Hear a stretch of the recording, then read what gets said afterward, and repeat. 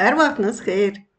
Bugün sizə az xəmirli, bol kəsmikli, ləzzətli, az şirnisi olan bir çayın yanında yeməli şirniyyat hazırlayıram.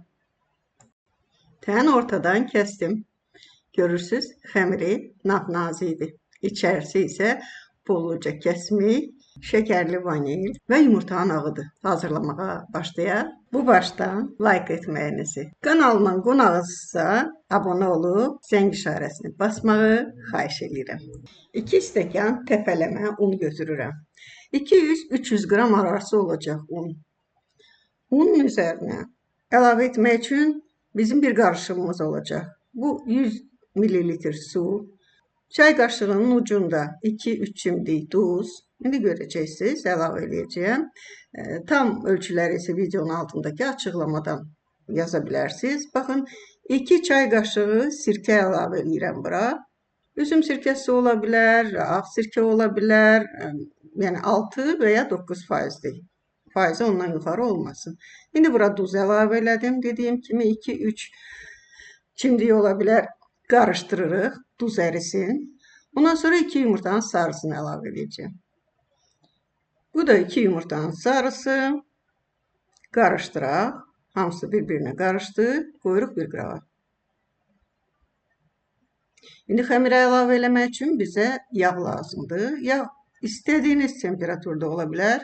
İstər yumuşaq, istər soyuducudan. Soyuducudandırsa rəndələyəcəksiniz, yumuşaqdırsa əlinizlə una yedirdəcəksiniz.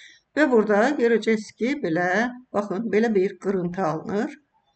Bu qırıntı alınandan sonra üzərinə hazırladığımız, baxın, bu suyu yumurta ilə birlikdə, yumurta, sirkə, duz, hamısı birlikdə bura əlavə edirik və xəmirimizi yoğururuq. Siftə biraz qaşıqla, sonra isə əlimizlə yoğuraq.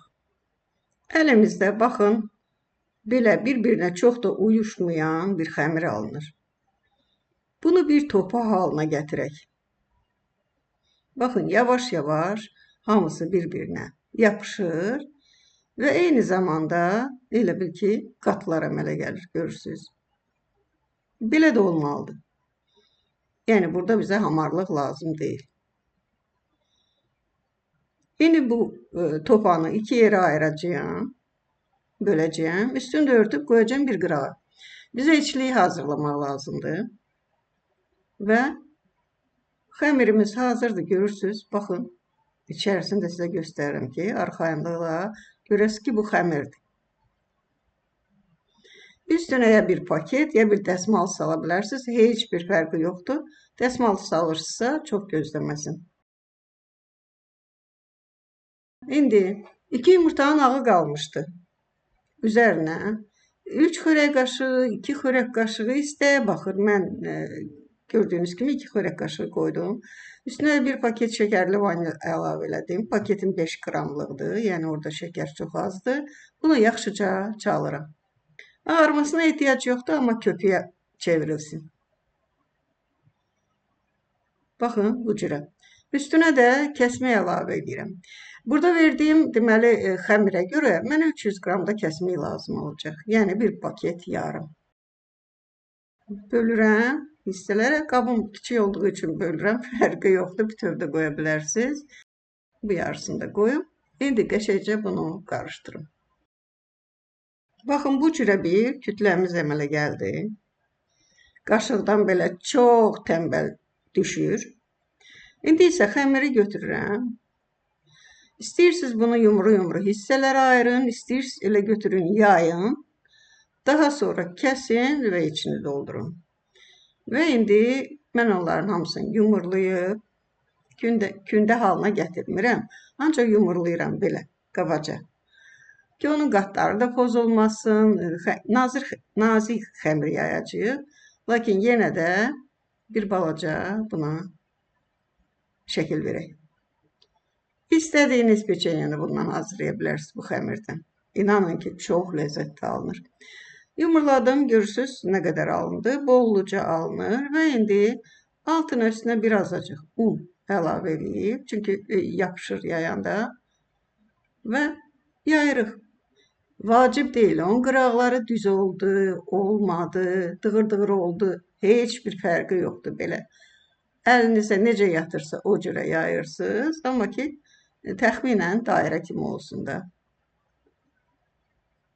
İndi kəsmiyimi bura əlavə edəcəyəm.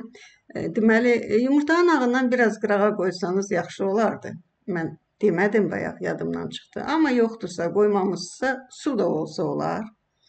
Bu xəmir çox gözəl yapışır. Lakin qat-qat olduğu üçün indi içərisinə biz bunun, baxın, kəsmiyi yerləşdirəcəyik. Və kəsmək elə bil ki, qırağa çıxmaq istəyir o qatladığımız yerdən. Baxın, indi yumurtanın ağını çəkdim və qatlayıram. Baxın, bu cürə. Qıraqlarını da belə bir balaca yumurlayıram. Ucunu buradan alta da qatlaya bilərsiniz və ya bir-birinə sıxıb saxlaya da bilərsiniz. Baxın. Ucları da arxadan birləşdirdik. Orada yumurtanın ağını sürtürəm ki, o açılmasın.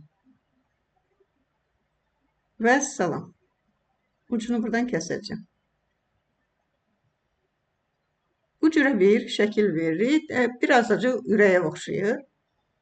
Və hamısını bir-bir bu cürə hazırlayaq.